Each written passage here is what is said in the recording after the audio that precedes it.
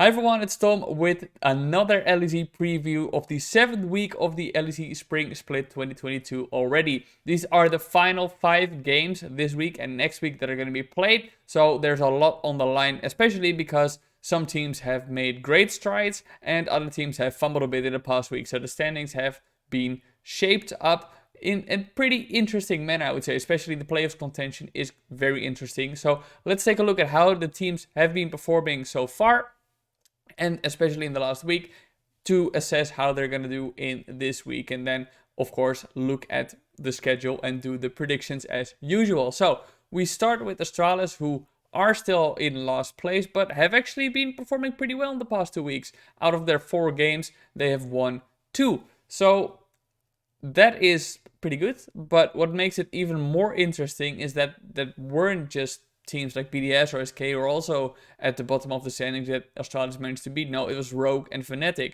probably the 2 best teams in the LEC at the moment. So that makes you wonder what the hell happened to Astralis to suddenly perform so well. And it's probably because they can now play without fear. They have nothing to lose. So they are able to just go for plays and see, well, whatever happens, we don't have anything to lose anymore.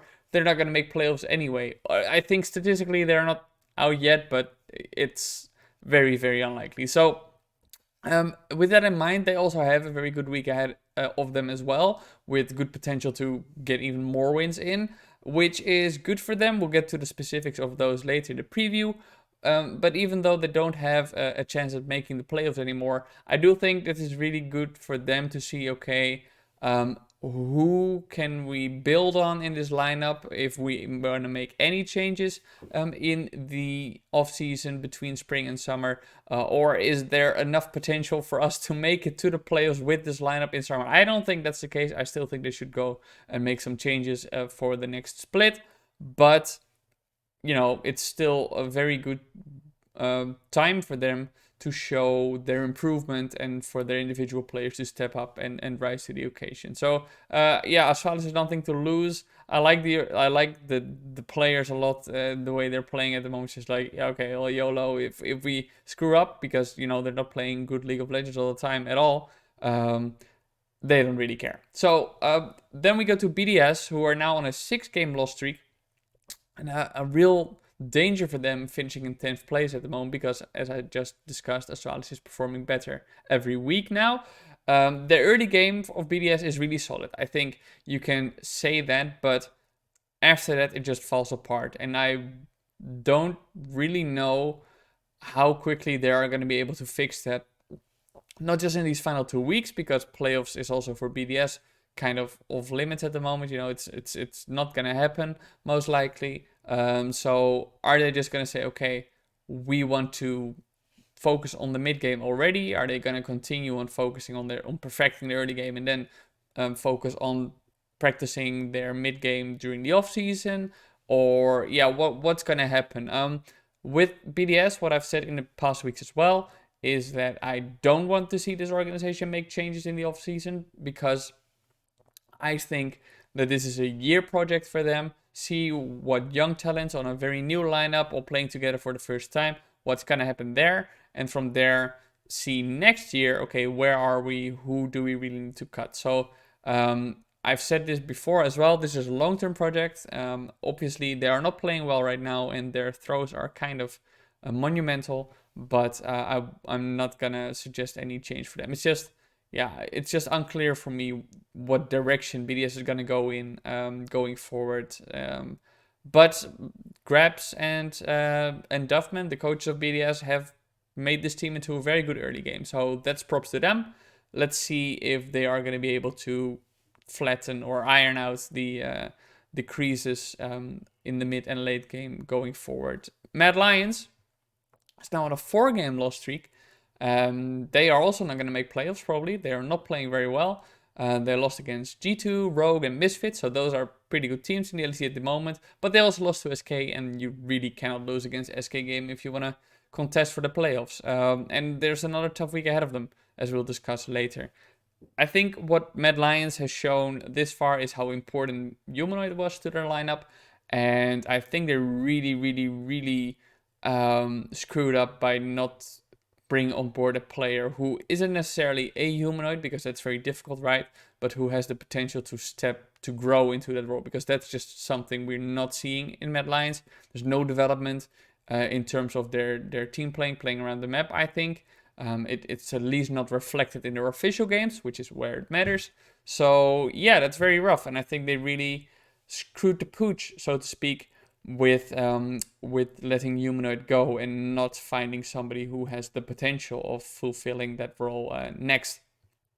SK Gaming is on the up and up. They have been playing very well in the past weeks. I'm not really sure if I can pinpoint yet what their identity is as a team, but it seems that on the base of sheer willpower, they are able to make these wins happen, which is very good. They are now in a shared 7th position with Mad Lions, and I think for them, the most important part in the past, I said, they already need to start looking at who they are gonna replace in the offseason, because they had a disastrous start as well to the split.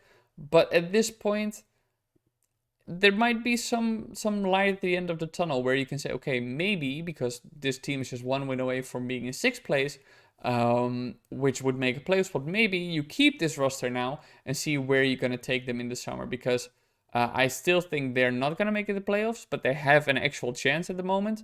But this revision of the roster that I mentioned in the early weeks of the LEC, might not be necessary after all. So they're definitely having a good development phase in the past 2 weeks. So that's very good for them. And then we go to Vitality, who almost lost to BDS, arguably the worst performing team, at least in the LEC at the moment. And well, that's inarguable actually, but arguably the worst team in the LEC at the moment. We'll see how that plays out in the future weeks. But Vitality almost lost to them, but on individual willpower managed to make it through and get a win. But I've said this before, there's no progress in Vitality. I don't know what needs to happen there in order for them to get together, but at the moment, they're still playing the same game I saw them play in week 2 of the LEC Spring Split, and that's worrying. That's bad. That's not good. They've said when we get to playoffs, we'll be better, but at this point, and I've said this before as well, if they get to playoffs is a real question at this point. And let's be clear, if they miss the playoffs, that's a big disaster for this team. It's unacceptable with this lineup to miss the playoffs. So then they need to make changes, because missing Worlds with this lineup and the investments they have made in the players, I don't think that that's in any way acceptable for the organization. So perhaps, I'm going to bite my tongue once playoffs come around, and if they sneak in and if they do indeed perform better in the best of fives. But I think Lavrov has been underwhelming, for example. I think he and Karti, I'd expected way more from their synergy because they were such good friends. Lavrov himself might have no synergy, does jungle support, which is bad. Perks did have a few very good weeks where he was an insane laner and was kind of dragging the corpse of his team forward. But if he's not stepping up, which is unrealistic to expect, right? For a player to be the hard carry every single game, we'll get to a player who's doing that at the moment, but I think it's unrealistic to keep expecting. Like, if he's not stepping up, this team looks nothing like what it should be, right? So, yeah, very disappointing stuff from Vitality, and they might actually miss out on playoffs. But we'll discuss that when it happens. Excel is a solid middle of the pack team at the moment. I wouldn't say that they're doing anything stellar, but they're finding their own niche in the LEC, which is very nice to see. With them, I do still have the question mark of Finn. I don't think he is playing with the team very well at the moment, or not performing up to what I think the team wants to achieve together. But in the end, at this point, the playoffs are within reach for Excel. If they somehow fumble it again, it's a big disaster for them. But they've developed well. I think that this team is coming together. Their team play is getting better. I don't think they're gonna make it far into the playoffs by any means, but they're playing their own niche. Nuke Duck is playing my favorite champion, Veigar, but it's stuff like this where you're like, okay, Excel has found their rhythm, and they are able to make things work for them, which in the long term is only good, right? Give your team an identity and build on that identity. So that's good for them. G2, I did praise them in my last week's preview. I told them, hey, G2 is aging very well. This lineup is coming together, and of course, right then is when they fail. That was disappointing. Definitely disappointing, the performance from G2 last week. The loss against Fnatic I don't mind so much because Fnatic is just a really good team, right? They are probably the second best team in the LEC at the moment. But the SK loss was weird from G2. I think the team as a whole just had an off week. And I think this underlines something I said last week where I said, okay, G2 has found their stability, but how are they going to push themselves next? And I think that's where they kind of fumbled. So maybe it's good for them to go back to the basics, back to the stability for them first, and then establish that, what they want to do going forward a bit more and push forward a bit more. So maybe take a fourth place finish this spring for what it is, and try to find more stability in how they want to play and perform, and then in summer push further, because I think right now it's maybe a bit too unstable. Maybe I was too quick to tell them to push forward, but they're still a sub-top team clearly, in my opinion, and the potential on this roster and how they've been playing weeks prior is still very solid. So I'm not writing them off by any means yet. And then we go to Misfits. Now, I said earlier, Vitality, it's unrealistic for Perks to expect from Perks to carry each and every game. But there's a player who is doing that in the LEC, and that is Veteo. I almost said VTO there, which is what the American casters and stuff like commentators and whatever say, but it's Veteo, he's French.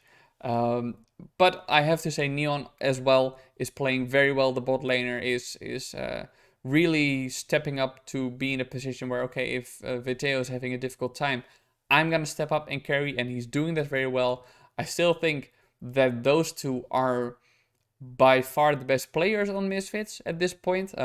Veteo is head and shoulders the best player on Misfits, and then he performs good every single game. But Neon is also very good, and then the rest, I think here it is. Zlatan is fine, I think, for what Misfits want to do. Mersa is having a bit of a rough time, I think, but at this point the Misfits formula is working, so I don't know why you would change that, right? Why would you, if for example Neon is performing well, maybe his communication with Mersa is going super smoothly, which is allowing him to step up. Okay, good, keep it like this for now, and maybe Mersa eventually will step up as well. So Misfits, I'm very positive about them. It's being in second place, which what they are at the moment, shared second place in the LEC standings. It's immense. It's nothing that I expected from this Misfits lineup. So they do have a kind of tough weekend ahead of them this week. But honestly, they beat Rogue. So who is stopping Misfits at this point? I don't know. I'm favoring them. But we'll see how that plays out. Fnatic then, in the shared second place with Misfits. They lost against Astralis, which is a bit clownesque, because in week 5, I think Fnatic had a very good showing of the progress that they made with the team in terms of synergy, and then against Astralis it was all a bit all over the place again. But they had an okay recovery against G2. I still think they need more unity across the board, but you can see that this team is starting to think together and think as a team more and more. This is great progress for Fnatic in the spring split, I would say. I think that this lineup is coming together very nicely, and I'm very hopeful for this lineup in the future, especially I think in the summer split. I don't see why that wouldn't be a favorite if they continue with this. At this point, you can still, maybe a Rogue, or maybe even like a G2 and a Misfits. I think they have that burst potential or something, or maybe in Rogue's case more the unity to maybe overpower Fnatic in a series. But I think the progress Fnatic is making is overall really good, in spite of the stumble, the little hump, the bump on the road that they had with Astralis. And lastly, we had Rogue. who went 0-2 in week 5 and then went 2-0 because their death was greatly exaggerated, as the meme dictates, right? I spoke with Comp in an interview for Invent Global, and he said, yeah, we had a wrong meta read in the 5th week, but we adjusted, and week 6 was fine again. So sure, I can only take his words for the truth, right? At that point, I still think with Rogue, even though, they're still in the best of one king, there's always going to be a caveat with this team. How are they going to perform in the best of fives? And I think for them, what I worry about most is diversity in play, because they still are playing relatively the same style with Odo on a relatively safe champion in the top lane. Malrang is ganking all the time, even though it's not on the same champions. And sometimes, he ganks mid more instead of bot. But that's what he does. He sacrifices resources. Larsen is playing a defensive style in the mid lane, which is doing super well, but he's CSing and then he scales into the late game.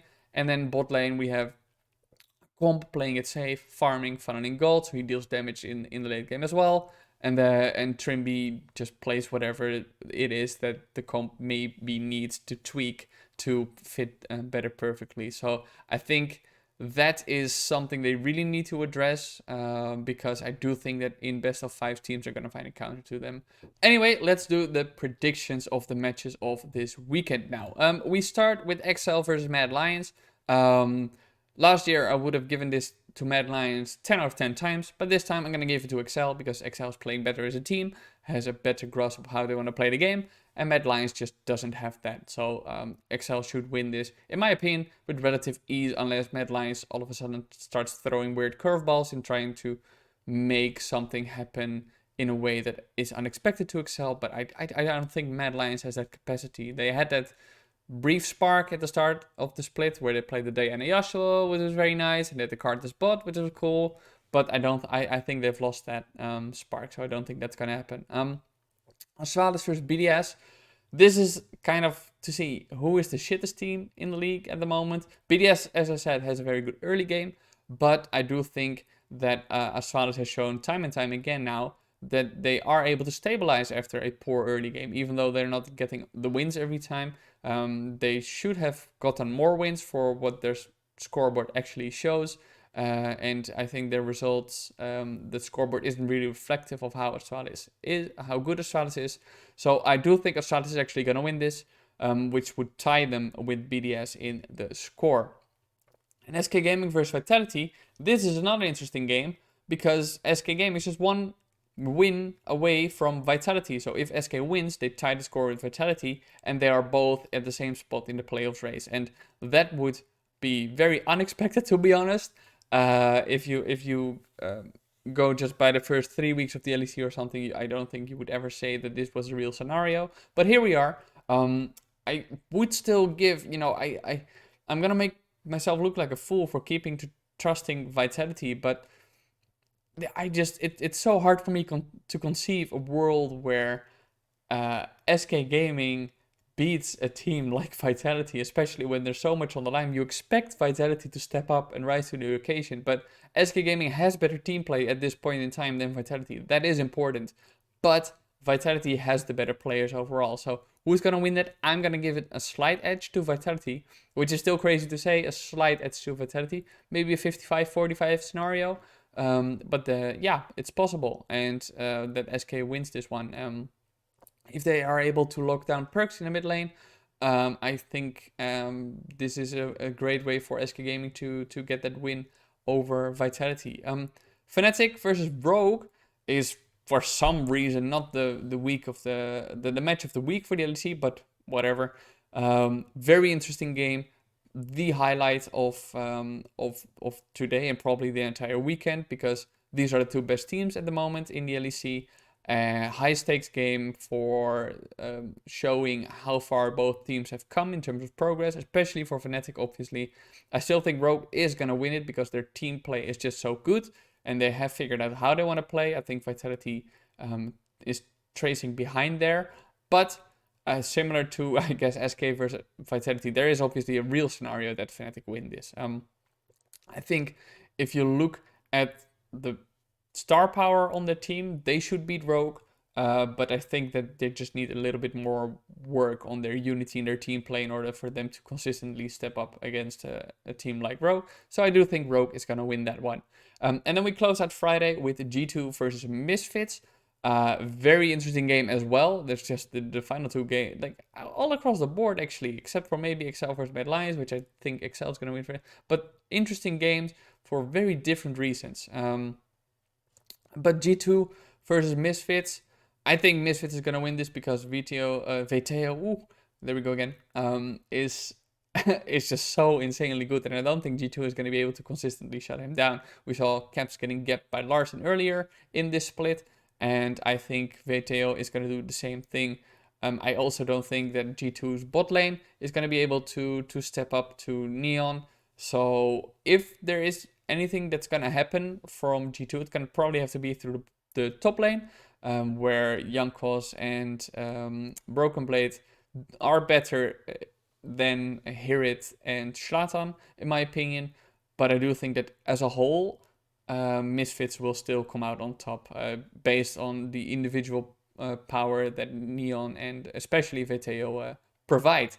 And then we go to the second day. There we go. Tomorrow, Vitality plays against Misfits. Misfits should win this. As a team, they're playing better together. They have a better understanding of what they want to do. Vitality, maybe they feel the heat of needing to perform and are able to come together as a team. But in this case, I'm not going to give them the benefit of the doubt because Misfits has just been so consistent and Vitality has been anything but consistent. SK versus Astralis. I expect SK to win this, even though Astralis has been performing better and better in the past weeks. I think SK Gaming is still one step ahead of them. They're also making progress and they are finding themselves, as I said earlier, as a team. So I do think that SK Gaming is going to win this. Rogue versus Excel. Very interesting for me is the bot lanes, because I think Comp and Trimby versus Patrick and Mickey, I don't know, they both aren't very explosive, but I for some reason I have this feeling that the supports in the bot lanes are gonna make a difference in the game. I cannot put my finger on why actually, but we'll see if I'm right about this. I do think Rogue is gonna win this. They have a great read on what they want to do. I keep repeating myself. Excel has found their niche. Maybe they could throw a fun curveball to Rogue, but I don't think Excel at this point has the means to find strong counter strategies. I think they're just rather finding how they consistently want to play the game themselves. And I think Rogue also isn't really countering anything, but they are just so solid at what they do. So yeah, I think Rogue is going to win this. BDS versus G2. It is, it's Grabs against his old organization again, and that narrative, I guess. G2 should win this. BDS is just not very good as a team at the moment. But, I've put my trust in G2 last week as well, and then they fumbled. So it's not out of the question, but the G2 should win this pretty easily, I think. And then Mad Lions versus Fnatic. That is the actual match of the week for the LEC. I don't know why, because Mad Lions is just not good at the moment, but whatever. A narrative of Humanoid against his old team, I guess. Fnatic should win this. They are playing better. They have better players on the roster as well. The team play is just better. So yeah, I'm not gonna make too much of that. So Fnatic wins that one. And that is my preview for this week of the LEC. Let me know in the comments below what you think about my analysis or my predictions. Do you have any different views? I will be uploading another interview to my YouTube channel next week, just like the one I did this week with Markoon. So stay tuned if you want to see more of that. Like and subscribe. Stay tuned for more content.